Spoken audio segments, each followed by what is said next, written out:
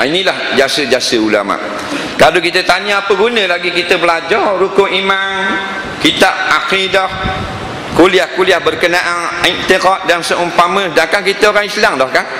Jawabnya untuk menjaga Islam kita. Siapa yang mengucap 2 kalimah syahadah pada lidahnya, dia menjadi Islam. Nampak? Kerana syarat Islam pertama mengucap 2 kalimah syahadah. Siapa yang beriman pula dalam hati 6 rukun iman ni, maka dia dipanggil orang beriman. Jadi siapa yang ada 2, dia mengucap pada lidah, dia beriman di dalam hati, inilah orang mukmin yang sempurna. Islam pada manusia, beriman pula di sisi Allah. Tetapi untuk meneruskan hidupnya, dia akan menempuh bagai-bagai dugaan dan cabaran iman dan Islam. Sebab tu ulama wajibkan kita hadir pula kuliah-kuliah akidah, kuliah-kuliah iman, i'tiqad, supaya iman dan Islam yang kita ada basic tadi terpelihara selamat sampai kita menghembuskan nafas terakhir. Kerana ada orang yang awal Islam dia molek, tetapi dia tak jaga, tengah jalan rosak, maka mati dalam tercabut iman, na'udzubillah.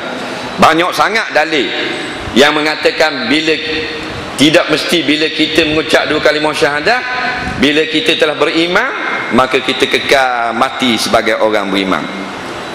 Ada hadis yang berbunyi akhir zaman nanti, pada paginya yusbihu mu'min, yusbihu mu'mina wa yumsi kafira. Pada pagi ini orang beriman, pada petang menjadi kafir. Wa yumsi mu'mina wa yusbihu kafira. Pada petang orang beriman dan pada pagi esok menjadi kafir, na'udzubillah. Ini menunjukkan siapa yang mengucap 2 kalimah syahadah, dia jadi Islam. Tetapi kalau Islam tu dia tak jaga, kalau rosak, maka rosaklah Islam dia. Siapa yang beriman dengan Allah, dengan Rasulullah, maka dia panggil orang beriman. Tapi kalau dia tak jaga, maka rosaklah. Sebab itulah kita dalami, dengar masalah kuliah-kuliah tauhid, i'tiqad, akidah, iman, sifat-sifat Allah, supaya kita dapat jaga, biar iman kita daripada awal dulu selamat sampai hari kita bertemu dengan Allah. Pasal ada orang pertikaian, dia kata buat benda lagi belajar, kita orang Islam dah kan, kita belajar benda lagi tentang iman, kita orang beriman dah. Memang kita orang beriman, tapi kita nak jaga. Kalau kita ambil satu benih tu benih jagung, atau benih tu benih lada, pasal kita tengok orang tanam lada, kita pun beli sekilo benih lada, kita pun lepas di atas tanah, dia akan tumbuh lada ke jagung? Cuba jawab kali orang PJ. Kita dah ambil benih lada, kita tabur atas tanah, jangan tabur atas pelewu, tabur atas tanah, dia akan tumbuh. Benih itu akan menjadi jagung atau lada. Gitu juga dengan orang manusia, bila dia mengucap 2 kalimah syahadah, jadi Islam ke jadi budak? Jadi Islam. Bila dia beriman dengan 6 rukun iman, sekali dia percaya, dia orang mukmin, bukan orang kafir. Tetapi yang tabur benih lada, walaupun keluar tunah lada, dia tak jaga, dia tak sirang, tak baja, tak tudung, bagi kena panah, tak racung, maka dapat tak dipetik buah 6 bulan lagi? Tak dapat. Biasanya hancur lebur, walaupun memang keluar benih lada, kerana dia tak jaga, tak pagang. Kerana musuh-musuhnya dalam daun, dalam batang, dalam akar, dalam tanah. Kalau segar molek pula, hak tukang curi lada pula ada malam-malam, bawa guni. Maka begitu juga dengan iman dan Islam kita, musuhnya terlalu ramai. Kau luar, kau dalam, melalui filem, melalui internet, melalui ceramah, melalui tulisan-tulisan, melalui apa yang berlaku, melalui apa benda ni, perkataan-perkataan manusia yang tidak bertanggungjawab. Inilah pencuri-pencuri iman, pencuri-pencuri akidah, yang merosakkan akidah kita. Kalau kita tidak hadir kuliah-kuliah ulama, supaya kita faham, kalau kata gini tak boleh pakai, ni ulak ni. Maka rukun iman itu adalah 6. Pertama, membenarkan akan Allah Ta'ala. Arab panggil iman, Melayu panggil membenarkan. Tak pelik. Jadi orang beriman, orang yang membenarkan. Membenarkan apa? Membenarkan dua, iaitu Allah dan Rasulullah.